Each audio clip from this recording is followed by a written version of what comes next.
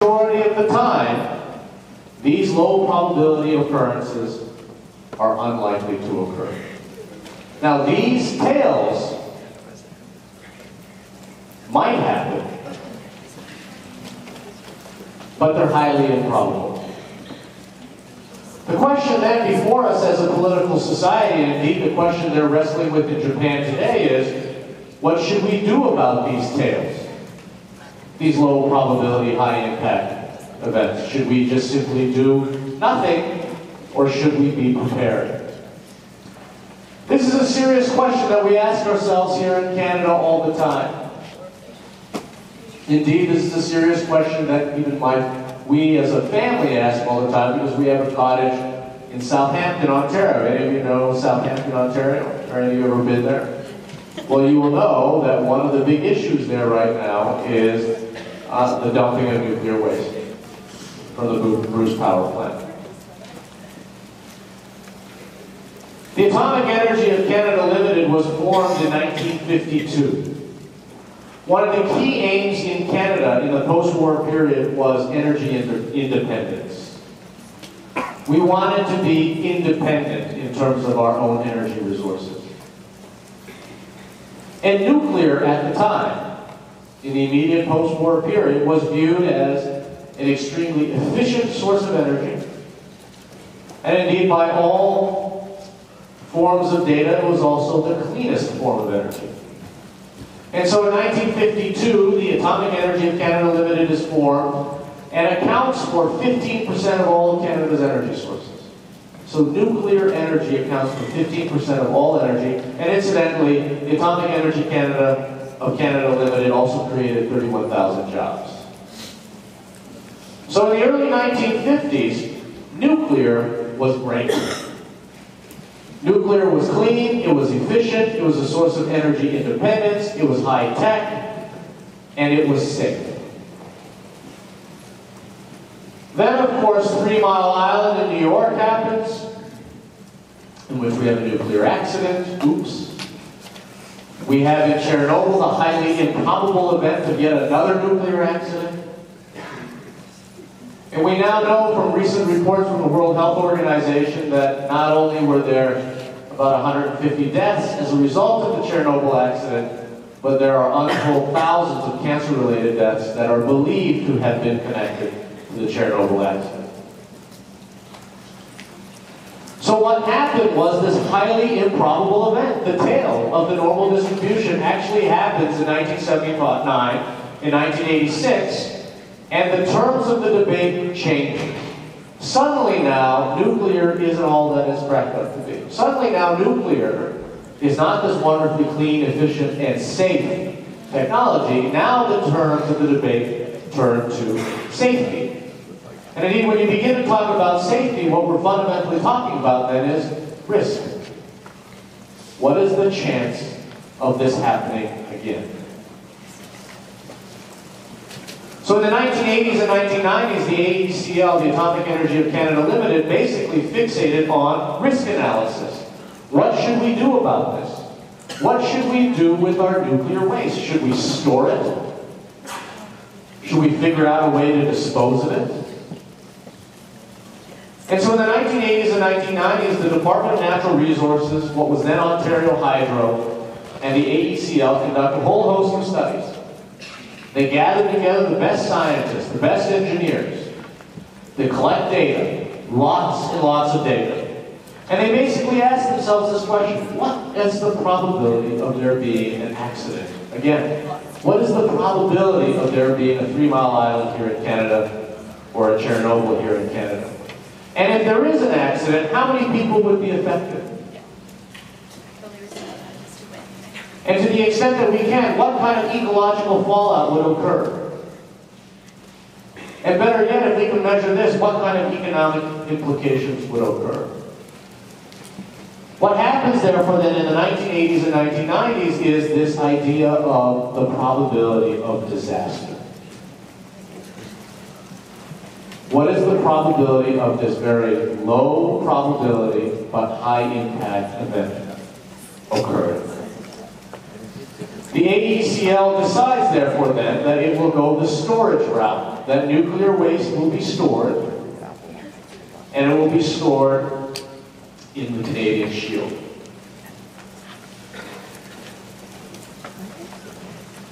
So then that brings us then to the third point. How do we mitigate this risk? Isn't that, after all, what the AECL was fundamentally preoccupied with? We know that there is a slight risk that a nuclear accident can happen. So how are we going to mitigate this risk? How are we going to try to nullify this risk as best we can? Well, one way in which they did it was they engaged in technical risk analysis. They drew on science. And the scientists decided that the lowest risk, the lowest probability of there being a nuclear accident would be to store the nuclear waste in the Canadian Shield, way up north. It was decided that by storing the nuclear waste in the Canadian Shield, we would have the lowest probability of there being an accident, that there would be the lowest amount of ecological fallout, and because it's in the Canadian Shield, there would be the lowest number of deaths. And the scientists also told us that this should be okay for about 10,000 years.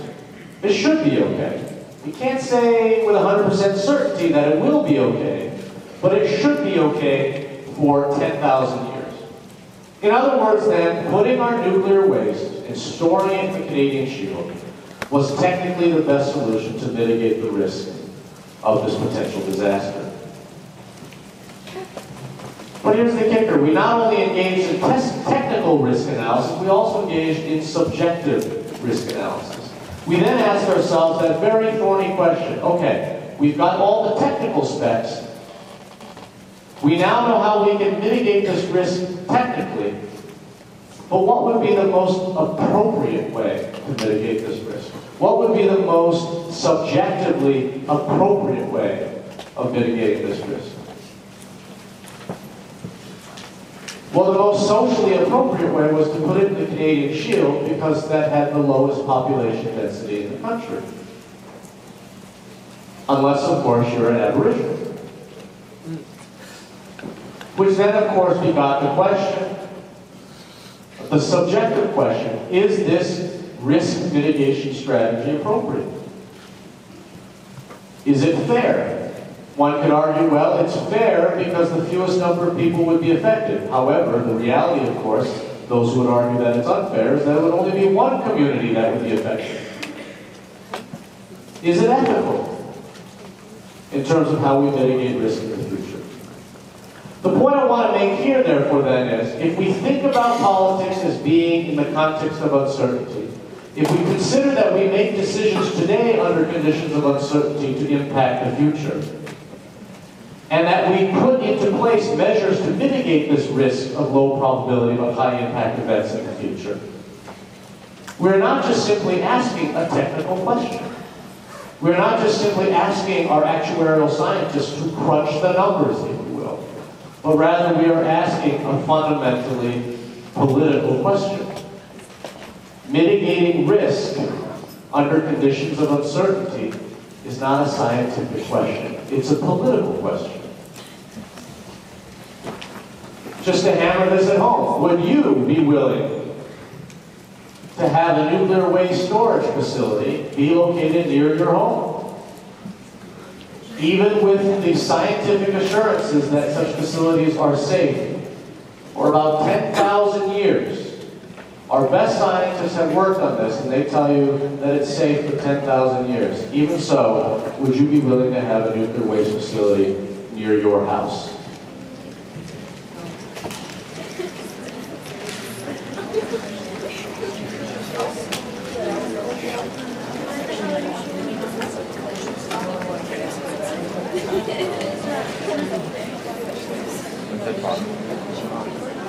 So 17% of you say, yeah, no problem. I believe the scientists. It's a very low probability occurrence.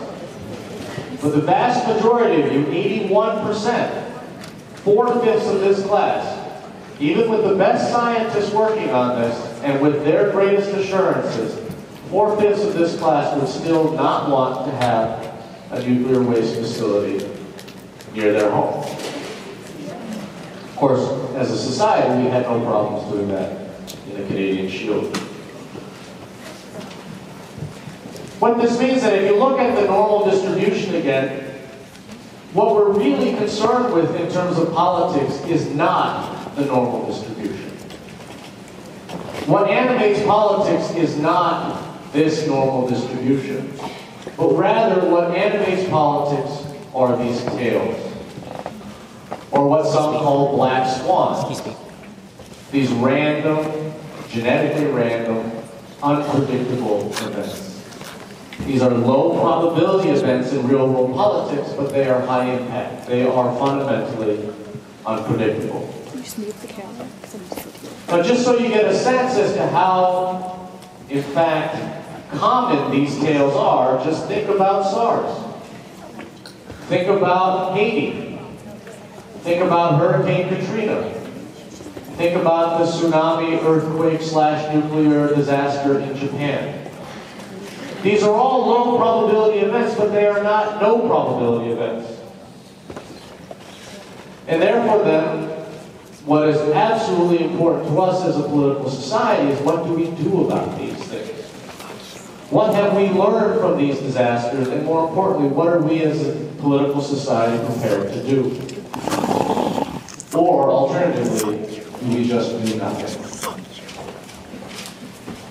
One of the key realities of our politics, and indeed one of the things that fascinates me about political science, is that we tend to rely on government to mitigate future risk.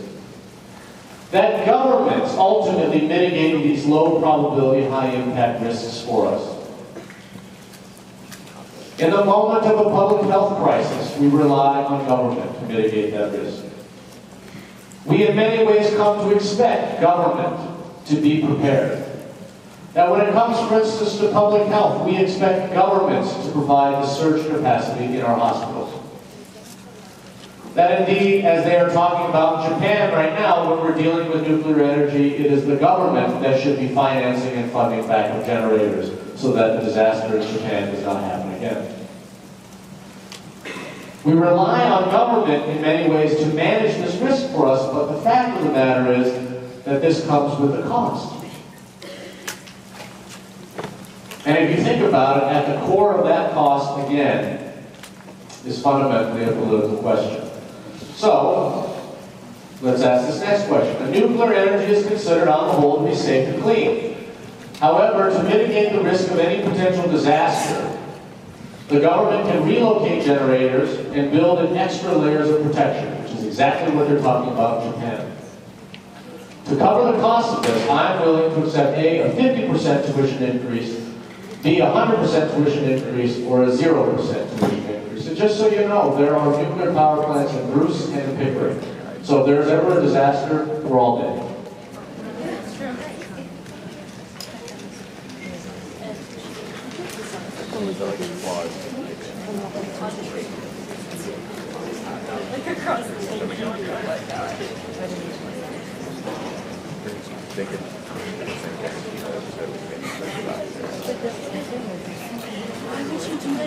So 50% of you, 57% of you take a 50% tuition increase, 19% of you take, 9% of you, sorry, take 100% tuition increase, and 31% of you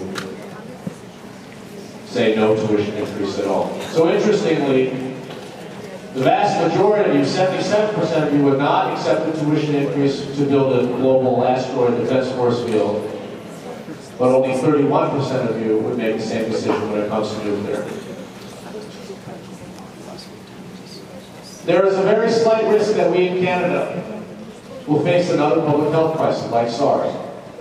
To ensure we have adequate surge capacity, and our government is talking about this, extra hospital wards which would otherwise stay empty during normal times. I am willing to accept a 50% increase, a 100% increase, or 0.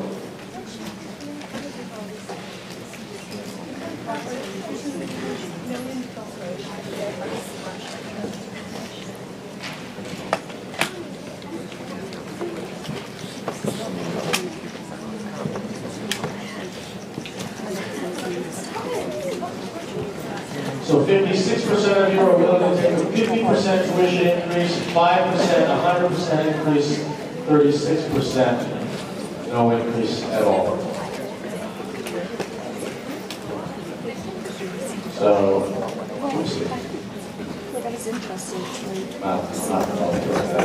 So basically, the majority of you would be willing to take a 50% tuition increase for nuclear and health surge capacity, but very few of you would take a tuition increase for a global asteroid defense force field. In other words, you have your own sense of risk.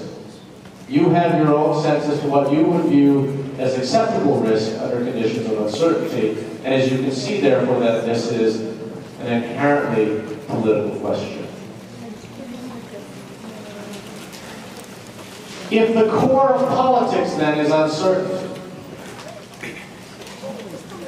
and you could go back and you could look at Weber, and he would tell you that politics is all about uncertainty, because on the one hand, politics is about being rational. But on the other hand, politics is also about being subjective, as you all have just been. It's about being emotional, as you all have just been. And it's about your own risk attitudes, your own individual risk attitudes. And it's because of this, then, that uncertainty, I would suggest to you, is the basis of political contestation. And so unless we begin to fully appreciate uncertainty in our politics, and to understand our politics through the lens of uncertainty, until we begin to appreciate that, then we don't really understand the basis of our political contestation. But here's a fundamental question, then, that we ask ourselves as political scientists, and maybe you will too, if you decide to major in political science. Is there truth in political science? Is there a way for us to ascertain the truth in terms of what we know? If politics is about emotions, then surely scholarship and scientific theory is about research and rationality. Surely there must be a truth, a certainty in what we do as political scientists. This is precisely the role of theory in political science. We use theory all the time in political science. Everything you've learned in this class so far has been guided by political science theory. We have looked to patterns in the real world in many ways to try to describe and to explain political phenomena. Realism, for instance, is a political science theory. It's an international relations theory that describes the world as being anarchic, that describes countries as behaving in their best national interests. Realism is a theory that explains how power differentials is what drives international relations and relations between governments. We use theory to describe and to explain the world in which we live. Neoliberal institutionalism is yet another theory. It's a theory that also tries to describe and explain how countries behave. And in so doing, then, we also use theory to predict. To the extent that there's a truth in political science, to the extent that there's any certainty in political science, we use our theories to predict, for instance, how states will behave. For realists, for instance, they will explain and they will predict that when a country is on the rise and a hegemon is in decline, we should expect conflict. Neoliberal institutionalists will predict with great certainty that when countries are economically interdependent, that they will learn to cooperate with one another, and that we should expect peace and prosperity. We also use theory to make arguments. Both realism and neoliberal institutionalism exist. The question then before you, and one you might want to contemplate in advance of your exams, is which one is right? Which one for you tells the truth? And this is what political science is about. We use theory to make arguments. And these arguments basically provide for us probabilities. The likelihood of something occurring. You'll recall in the first term, Mansur Olson talked about the logic of collective action. It's a theory that says that if you are rational, you will free ride because of the collective action problem. We know, for instance, or we argue, for instance, that markets are efficient.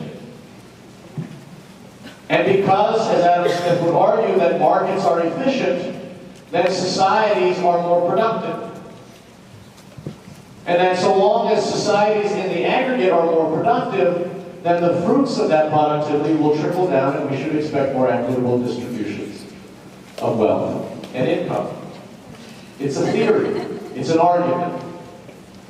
We argue, for instance, in the case of democracy, that when democracy is introduced to certain countries, that we will see the mobilization of those who had previously been excluded. We will see the mobilization of those who would be considered the have-nots of society. And when they mobilize, we should also expect, we could also make the argument that there will be greater socioeconomic equity. Perhaps one of the most profound theories or arguments in political science, of course, is the end of history. And this is the argument that Francis Fukuyama makes, in which he basically argues that liberal democracy and capitalism is the last great idea we will experience. That with the defeat of communism and the delegitimation of communism with the fall of the Berlin Wall and the fall of the Soviet Union, that we had arrived at the end of history.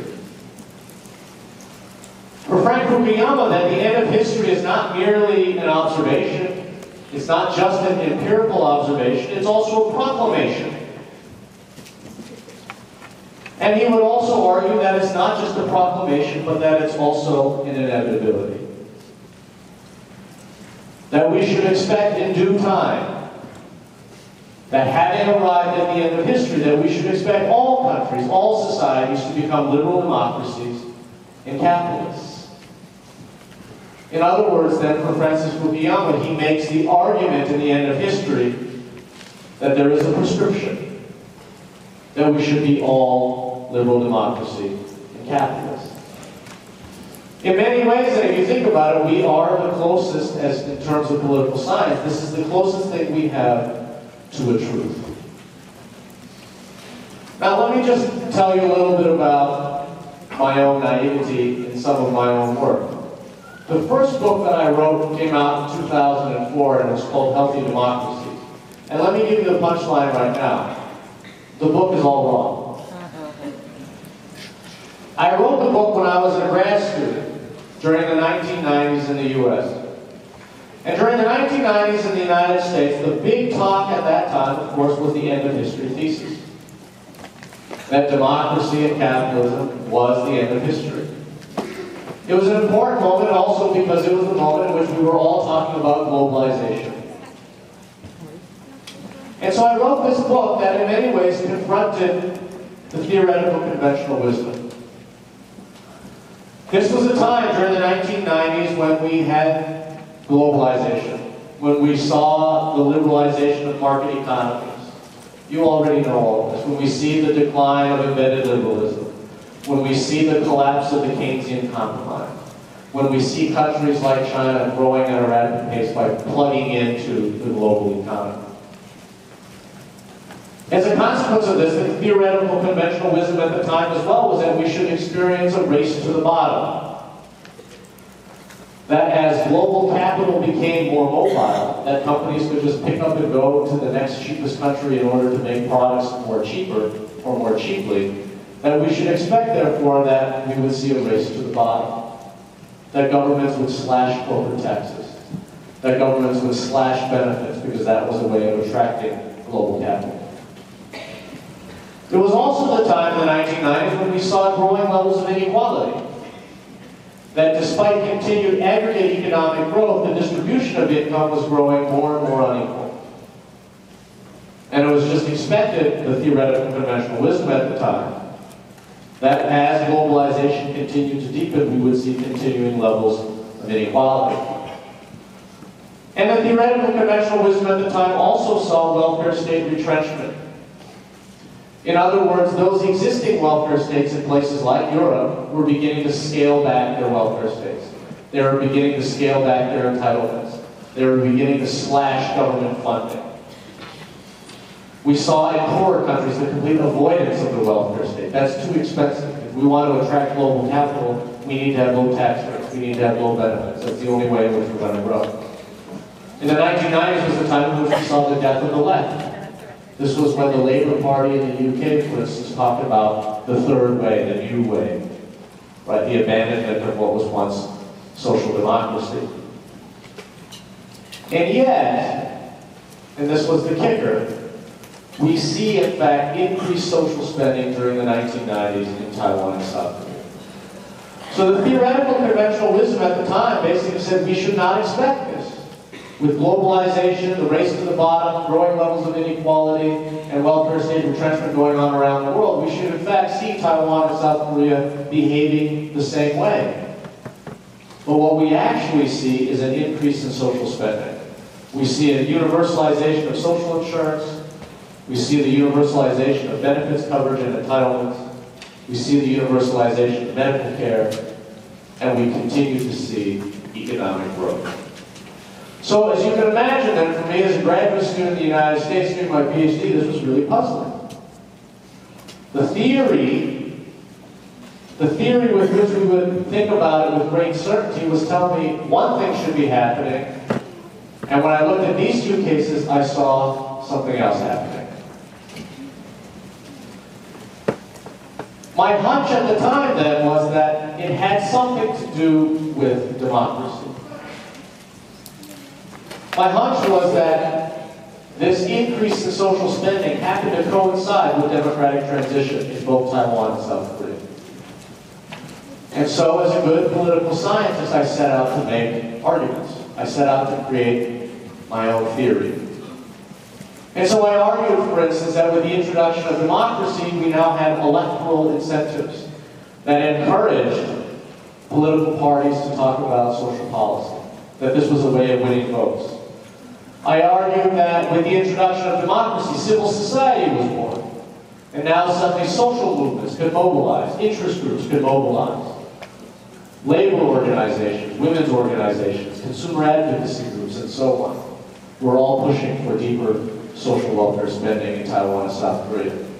I also argued that what we saw was a cross-class consensus, that the traditional working class and the middle class had allied together. And so therefore, in places like Taiwan and South Korea, we saw the universalization of healthcare. So when the rest of the world, including here in Canada, we were cutting back spending on health, Taiwan and South Korea were doing the exact opposite. They were universalizing medical care. They were universalizing medical care insurance. Such that by the end of the 1990s, 97% of these populations were covered with some form of universal health care. And most people in these societies were not only satisfied with these healthcare programs, but also they were redistributed. Now, the question then is, how did I make this argument? How did I come to know what I knew? Well, one of the things I did was I spent about a year and a half in the field. And I interviewed policymakers, social movement leaders, you name it, I interviewed them. From the presidents of these countries, right on down to some of the most grassroots movements. I did what's called participant observation. The labor unions, you can imagine, were quite suspicious of me. Here's some American kid, as far as they were concerned, wanting to learn about labor mobilization tactics. And so, before I was allowed to interview any of the labor leaders, they made me protest with them. They gave me a strike jacket. They made me drink copious amounts of alcohol. And we striked together. And I gained their trust, and over time, I was able to interview some of these very militant labor union leaders to get their perspective on why we see universalization of medical insurance. I also did some surveys of bureaucrats. And I surveyed bureaucrats and legislators in terms of how they go about making policy. So as you can imagine, I felt pretty good. I had gathered together evidence. I had made an argument.